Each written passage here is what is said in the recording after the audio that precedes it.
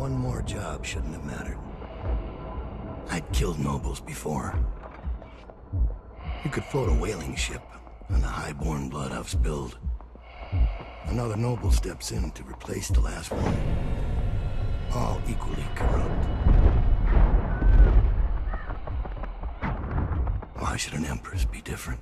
It's time to return to Dunwall in the first story-based DLC for Dishonored. The Knife of Dunwall puts players in the role of Dowd, the assassin responsible for Corvo's betrayal. With new missions, characters, and toys to play with, is this a worthy addition to last year's most exciting new IP? So what's the verdict on the Knife of Dunwall? Let's find out. Guards, come in! Knife of Dunwall starts off right where the main game's events began, with the assassination of the Empress, which Dowd is responsible for. From there, the outsider tasks him with finding someone or something called Delilah.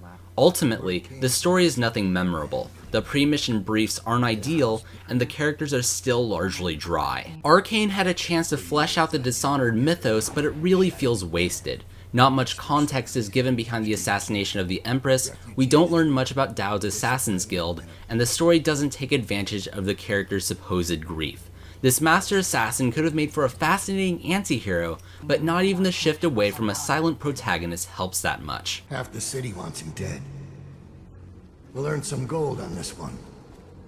I'll meet you up ahead. Knife of Dunwall remains very much like Dishonored over the course of the DLC's 3 missions. There is some new equipment and powers like arc mines, choke dust grenades, and the ability to summon an ally, but the blink ability has been significantly altered. When standing still, time is halted until you speed to your chosen destination, which helps make daring escapes much more manageable. However, Blink now has a very short range until you upgrade it, and your powers are still generally geared towards lethality. It's too bad that by the end of the DLC, your powers won't be significantly boosted. Remember how you felt about Dishonored on your first playthrough? If you weren't fond of the trial and error because of unfamiliarity to the levels, that's going to happen all over again in Knife of Dunwall. It's not necessarily bad, but if you're trying to play as sneaky as possible, expect to load saves repeatedly. However, these levels are far from Dishonored at its best. The first suffers from some confusing level design, the third is a retreading of an environment from the base game,